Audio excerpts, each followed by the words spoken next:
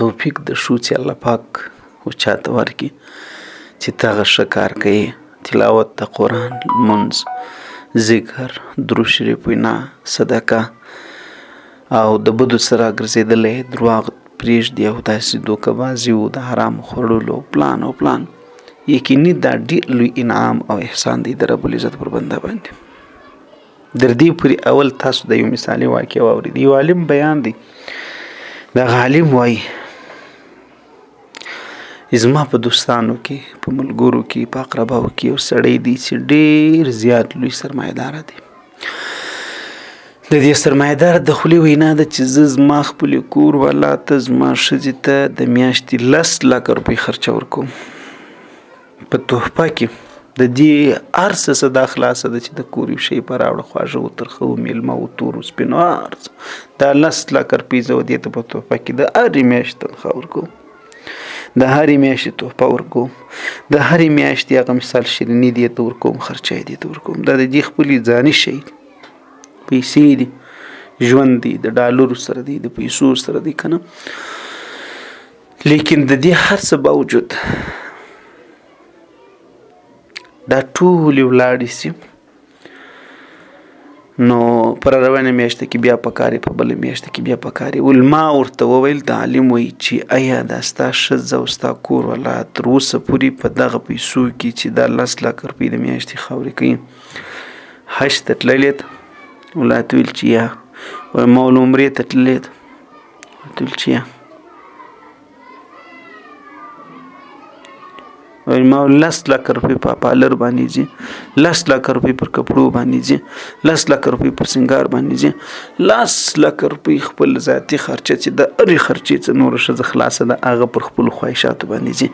لیکن در اوسه پورې نه دا په سوچ کې راګرځېدل، نه دې کوشش شوی دی چې دا حج و عمره دا خو د اسلام یو 5م حکم دی، حج 5م فرض دی چې زه دومره وس پیدا کړم، زه باید ضرور د دې کوشش وکړم چې زه ولاړ شم، دا د الله حکم پر سر ته ورسوم، پوره یې کړم، پر نر هم پر ښځه هم پر هر چا پر کې چې وسې ولري. نو د دې څه ته یې معلومولی سي عزیزانو، داسې په دنیا کې خورا ډېر کسان شته، د دنیا در کونج در ګوټ ګوټه پورې تللي، لیکن د حج او د عمرې توفیق دې ته نه ورکول سوی. نو دا توفیق د یو خیر و چاته ورکول دا د الله رب العزت یو ډېر لوی احسان دی. یو سړی ښه کار کوي، د دې ښو کارو توفیق الله رب العزت ورکړی دی، یو ډېر لوی انعام او احسان دی.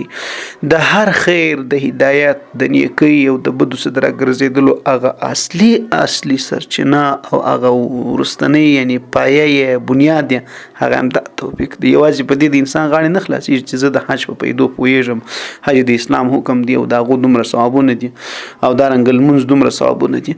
نو د دې تر څنګ چې د دې توفیق الله رب العزت نه کړی چې د لمونځ وکړي، بیا تاسو په خپله سوچ فکر وکړئ، د دې سړي غاړې خلاصې دي. درواغ زه پیژنم، څونه زموږ ته خلک دي په درواغو کې لوېدلي دي، درواغ په ګډۍ کې، د دوکو د پډمارۍ په ګډۍ کې.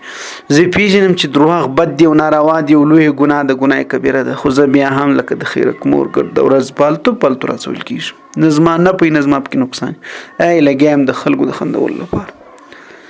تاسو وګورئ عزیزانو، سره د دې چې لوی ګناه د زه په پوه یم، سره د دې چې د الله نافرماني د زه په پوه یم، سره د دې چې زه به ملعون ګرځم زه په پوه یم، خو د دې توفیق نشته راته زه ځان ځینې وساتم، د دې توفیق نشته له ما سره چې دا ژبه پر ذکر باندې واړم، پر درود شریف وینا باندې واړم. نو تاسو وګورئ عزیزانو، توفیق دا د الله رب العزت څخه غواړي. رب العزت په خپل سپېڅلي کلام په سورې هود په 88 نمبر کې الله پاک فرمایي وما توفیقي الا بالله.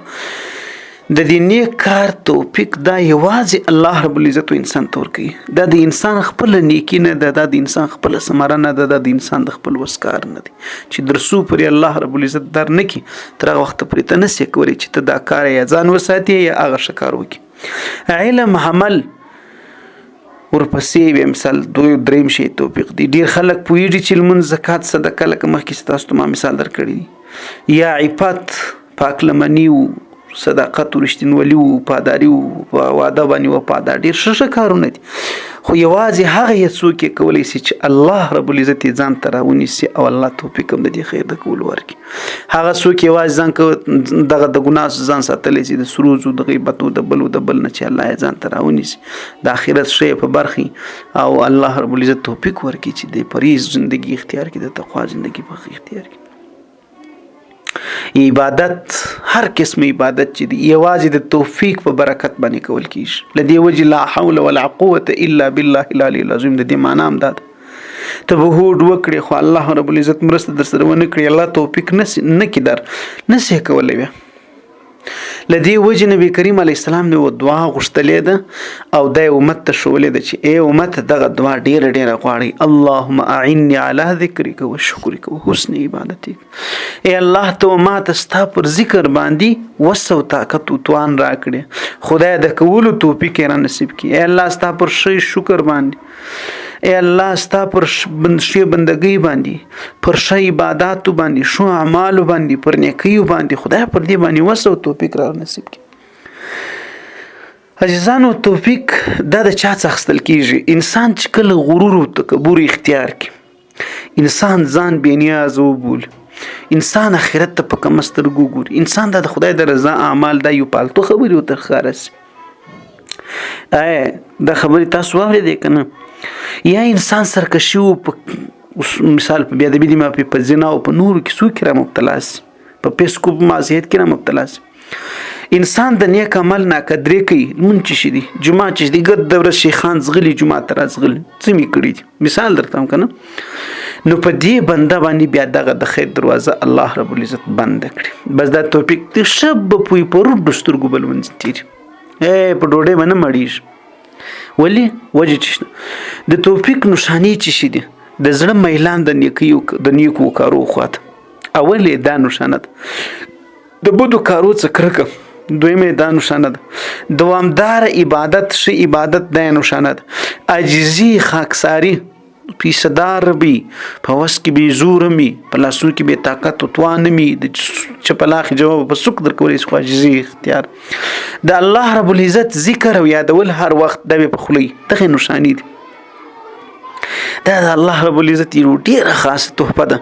خدای دې موږ ته ټول په ونازي ګرانو عزت مندورونو دا ل علم او لنیت هم لوړ یو نعمت دی چې الله پاک په انسان کوي او البته کار زده کوي بیا به دینیت سمي بیا به نو تغه عمل سره ترسي چې خدای د قبول کړي. نو دغه دریمه مرتبه کې بیا علم عمل توفیق په دریمه مرتبه کې راځي. نو تل دا دعا کوي ورونو اللهم لا تکلني الى نفسي طرفه عين ووفقني لما تحب وترضى. اے الله ما د خپل نفس طرف ته په یوې سترګې د رب په اندازه مسپاري الهي د هغه اعمالو زما محبوب وګرځي د هغه اعمالو طرف ته زما شوق او رغبت او میلان پیدا کړي خدای چې تا ته خوشي او ته پر راضي کیږي.